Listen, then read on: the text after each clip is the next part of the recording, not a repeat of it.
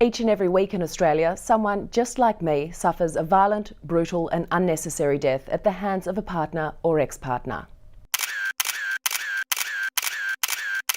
1/3 of all Australian women over the age of 15 have experienced some sort of domestic violence, and 1 in 5 Australian women has been stalked. The amount of domestic violence which occurs in this country is one of our most shameful secrets. And what many of you might not know is that you don't have to be getting physically assaulted to be a victim. So what legally defines domestic violence? In December 2011, changes to the Family Law Act were passed to expand the definition to more than just physical harm. It's now defined as violent, abusive or intimidating behaviour carried out by a partner, carer or family member to control, dominate or instill fear. In addition to physical abuse, it can also be emotional, psychological, financial, sexual or other forms of abuse. So just how bad is this problem? Well, more than 27,000 domestic violence assaults were reported to police last year in New South Wales alone. That averages out to 74 assaults per day. And that's only the reported ones in one state. Nationwide, domestic violence is the leading contributor to disability, ill health and death in women aged 15 to 44, and Indigenous women are 35 times more likely to be affected. Apart from the immediate physical impact, victims can also suffer years of mental illness, homelessness and unemployment. So if it's so common, why don't we hear more about it? Well, sadly, the media simply doesn't have the space or time to run every story and therefore picks out only the most compelling or high-profile cases.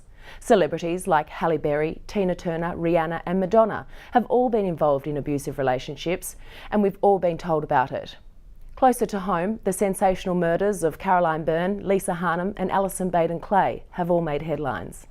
But for every high-profile case like this, there are dozens of older, plainer, less famous victims who we usually just ignore. So why exactly do we turn a blind eye? Well, perhaps we think what goes on behind closed doors is none of our business, or maybe some of us still believe the victims bring the violence upon themselves.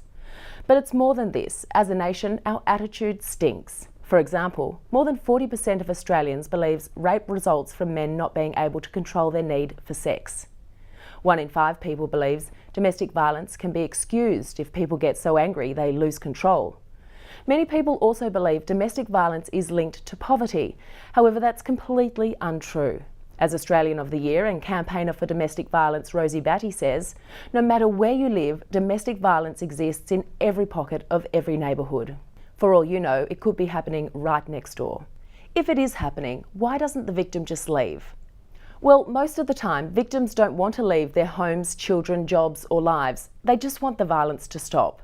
For those who don't have supportive family or friends, it's also increasingly difficult to find a safe place to go to. In fact, half of those who escape violent homes are unable to get immediate accommodation because there's simply not enough beds. And we all know what happened to Rosie Batty after she finally left. Her abuser killed her son. So how can we as everyday citizens help? Victoria Police Acting Chief Commissioner Tim Cartwright says the first thing we need to do is believe the victims. Australia's Ambassador for Women and Girls, Natasha Stott-Despoja, says we all need to be role models.